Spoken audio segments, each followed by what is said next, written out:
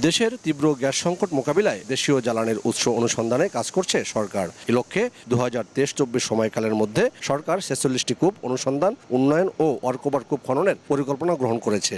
এর মধ্যে 24টিতে বিভিন্ন দেশি বিদেশি কোম্পানি কাজ করছে, 22টির কাজ করছে বাপেক্স। এর মধ্যে একটি এই বেগমগঞ্জ 4 ওয়েস্ট মূল্যায়ন কাম উন্নয়ন কূপ।